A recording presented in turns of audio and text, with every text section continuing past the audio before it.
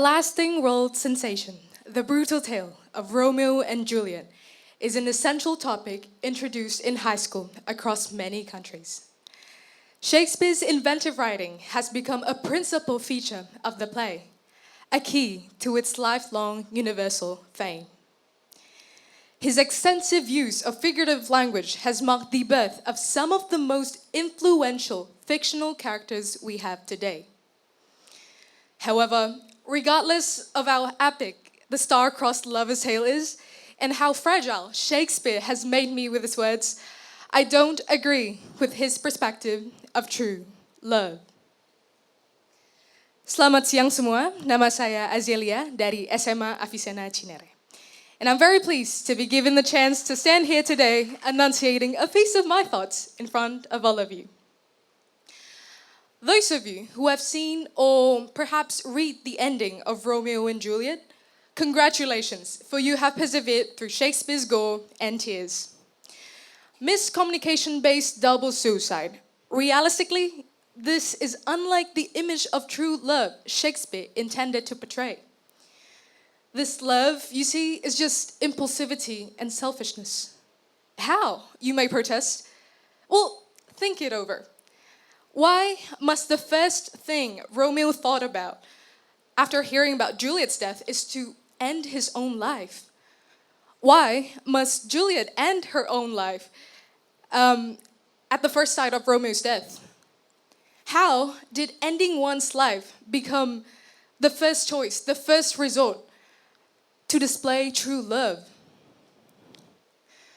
We only live once. Are they so weak and dependent as to not be able to live without one another? People come and go, and the feeling of obsession is one to relinquish. Yet, this represents a lot of us today. Easily swayed and easily broken by mere provocations, we tend to be too caring about worldly affairs that are only temporary. Like how Juliet and Romeo are so attached to their romantic affair, we are now too attached and nosy to political motives that we think it's okay to dismiss our lives for the sake of those we love, for the sake of defeating those we call enemies. We are so stuck up upon political matters that we think it okay to dismiss our lives. Take one, for example.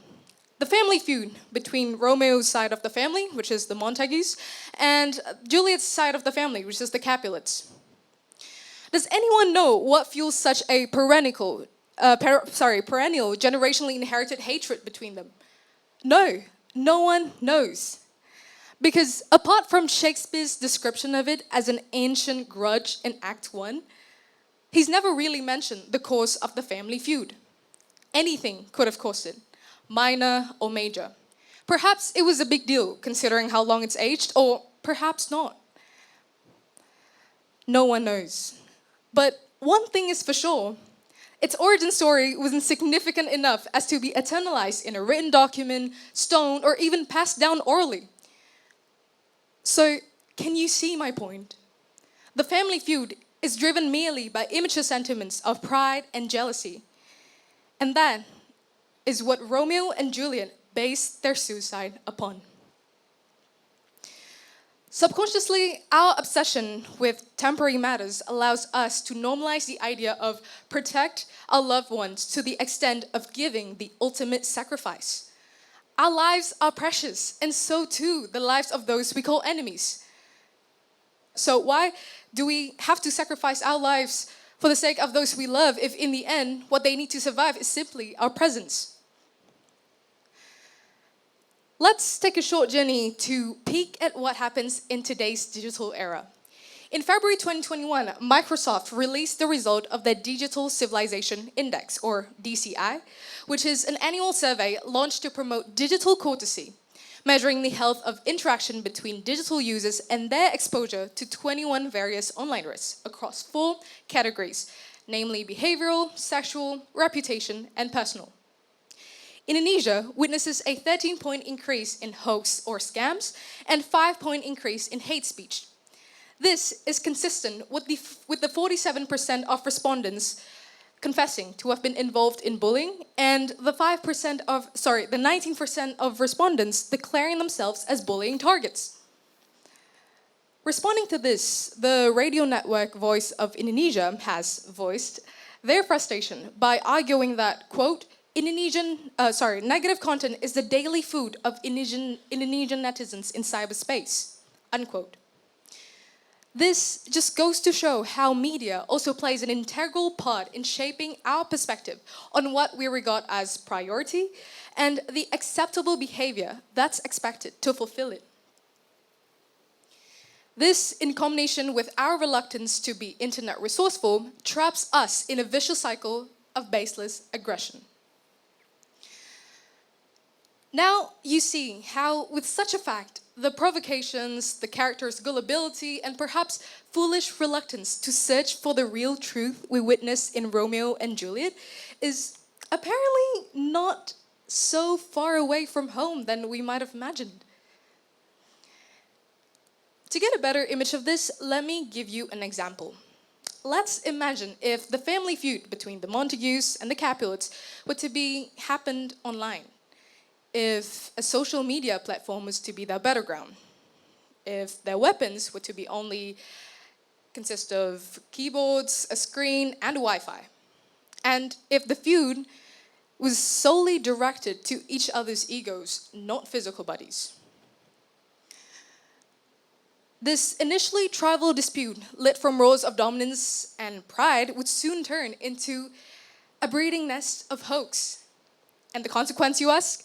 More devastating than if it were a live fight. A lot of us modern people are too easily distracted by mere provocations.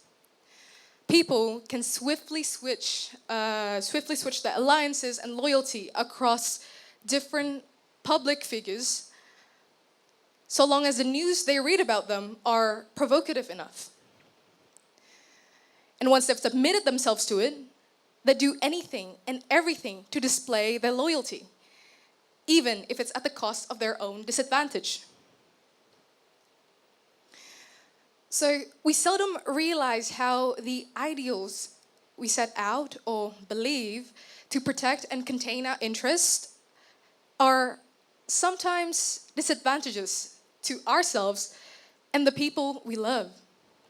Like the Montagues and Capulets family feud that only ends up eating at their own lives, or the suicide brutally committed as a result of the said to be forbidden love of Romeo and Juliet, that if only they see it in a different light, in its purest and most confident form, is just love. We only live once, remember? Worldly obsessions should be at the bottom of our care list. So I ask of all of us, you and me, let us be emotionally mature. Identify ourselves as neutral spectators to politics. Because in the end, what makes life worth living is the witnessing of love of people to people, not people to their worldly obsessions. Thank you.